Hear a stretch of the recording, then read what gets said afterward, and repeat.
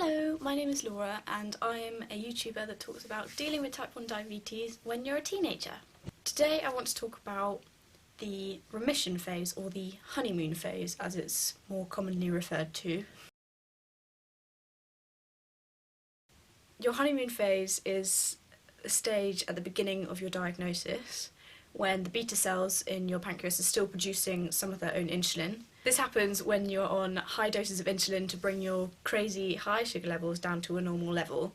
Once your body has got used to this normal sugar level, the beta cells start to produce their own insulin again, which means that your sugar levels are way easier to control. Typically this stage lasts for about 3 to 6 months, but there are cases of it lasting for more than that.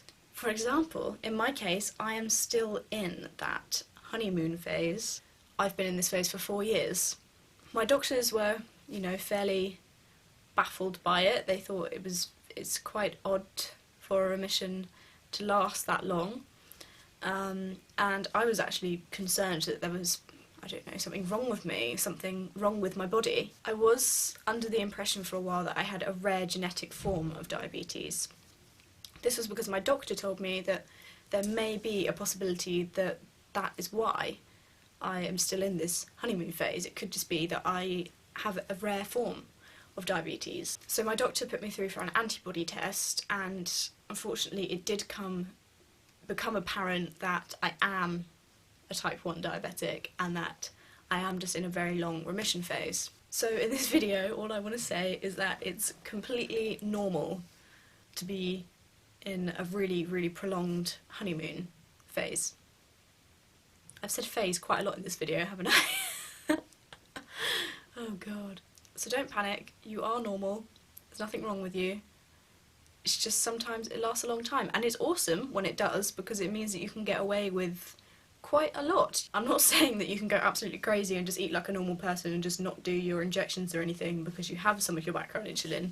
That's not what I'm saying. That's actually exactly the wrong thing to do. It's really good having a long honeymoon because it means that it's easier to control your sugar levels, and whilst it's easy, you can learn about diabetes as you go along and not be constantly stressing about your crazy fluctuating sugar levels, because typically they don't do that in a honeymoon phase. They don't fluctuate very much. They stay at quite a controlled level because, well, your body's helping you out basically. Your body is helping you regulate things. So I've never really had drastically high sugar levels, so that's great. Like, since I was diagnosed, obviously when I was diagnosed I had really high sugar levels. I think my sugar level was 44 when I was diagnosed, which is ridiculous. The only thing I would say is that you have to be more careful about your sugar levels going low, because you've got some of your own insulin, and if you're injecting artificial insulin on top of that, you have to make sure you're getting the doses right, because your sugar levels are more likely to sink really low. I find that exercise is quite difficult sometimes because my levels sink extremely low, and even though I feel like I'm doing everything right, like I'm eating a snack beforehand, or I'm testing my sugar levels regularly, or bringing snacks with me, I still find it extremely difficult to get my levels up sometimes. And as much as my doctors have told me to decrease my glargine, which is my nighttime insulin, it's still very difficult to maintain a higher sugar level.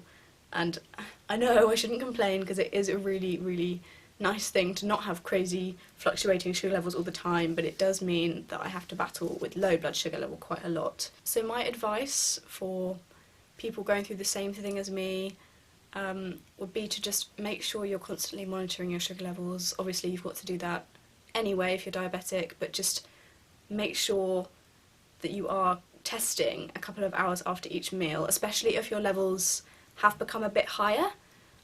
So if they're, a couple of units higher than they used to be, so if you're normally getting 5s in the morning and it suddenly comes to a 7, make sure that you're testing your levels like half an hour or an hour or 2 hours after your meal, just to make sure that your levels are not on the rise, or if they are, to make sure that you're prepared and that you're ready to control that and treat it.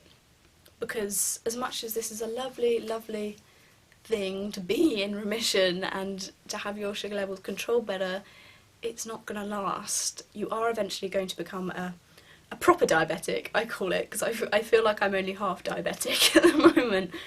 But when you become fully diabetic, it's going to be more difficult to control, and you've just got to be prepared for that.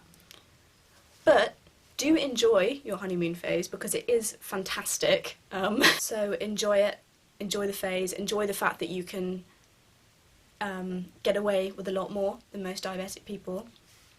Have fun with it, because it is nice, it's a really, really nice phase, but just be prepared for when your sugar levels do become higher and when you do become a proper diabetic. Okay, so I hope you enjoyed this video. I sounded so Australian then. Oh my god, I was only there for 2 months and I've become an Aussie. So, I hope you enjoyed this video. If you have any questions or queries about this video, if you too are going through a prolonged honeymoon phase and you have no idea what is going on or how to prepare yourself for when your sugar levels do become higher, you can ask me. Comment down below and I will help you out as much as I can. If you want to check out my blog, it is in the description box below. I've just done a review on Frio bags, which are these amazing bags which keep your cartridges cool when you're travelling.